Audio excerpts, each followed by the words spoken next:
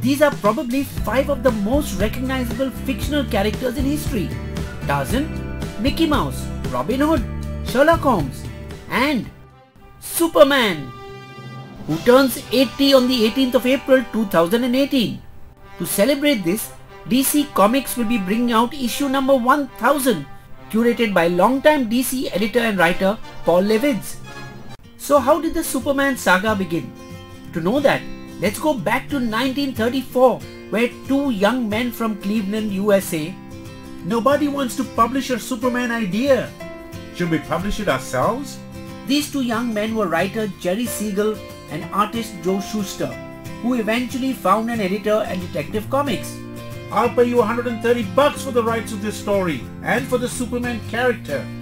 So on April 18th, 1938, issue number 1 was released, becoming an instant bestseller, after which Siegel and Shuster kept on writing and illustrating for Action Comics, being paid per story.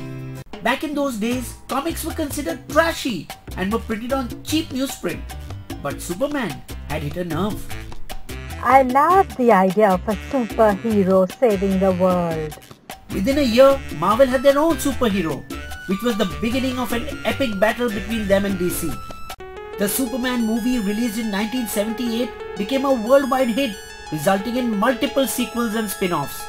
Superman 2, 3, 4, Quest for Peace, Superman Returns, Man of Steel, Batman vs Superman, together grossing at least $2.5 billion in USA alone, almost 16,000 crore rupees. When tragic incidents hit one Superman actor after another, it gave rise to the myth of the Superman curse. George Reeves, who played Superman in the 1951 film Superman and the Mole Men and in the TV series thereafter, died at the age of 41. Looks like he shot himself. Christopher Reeves, who played Superman 1 to 4, fell off a horse in an equestrian event and became paralyzed from the waist down.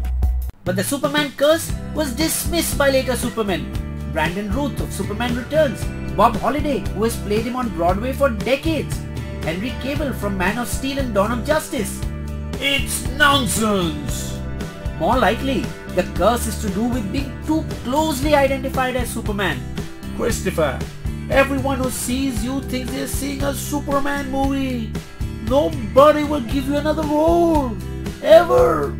Along with the times, Superman himself underwent a few transformations, the most controversial being his red briefs, which were, funnily enough, inspired by circus strongmen.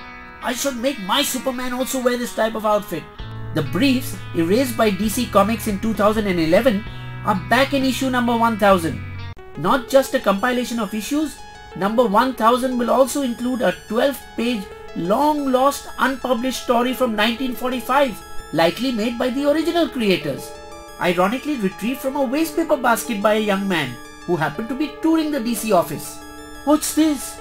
Let me take these drawings as a memory.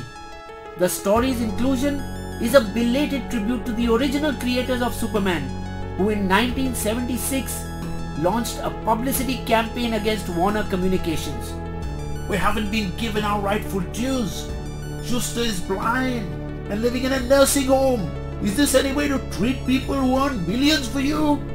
Stung by the negative publicity and not wanting to spoil the chances of their upcoming Superman movie, we will give Siegel and Shuster $20,000 each as pension per year and full medical benefits.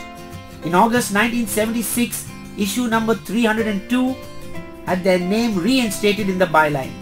Issue 1000 will also feature a story written by veteran DC writer Marv Wolfman, based on previously unpublished art of Kurt Swan, who drew Superman from the 1950s to the 1970s.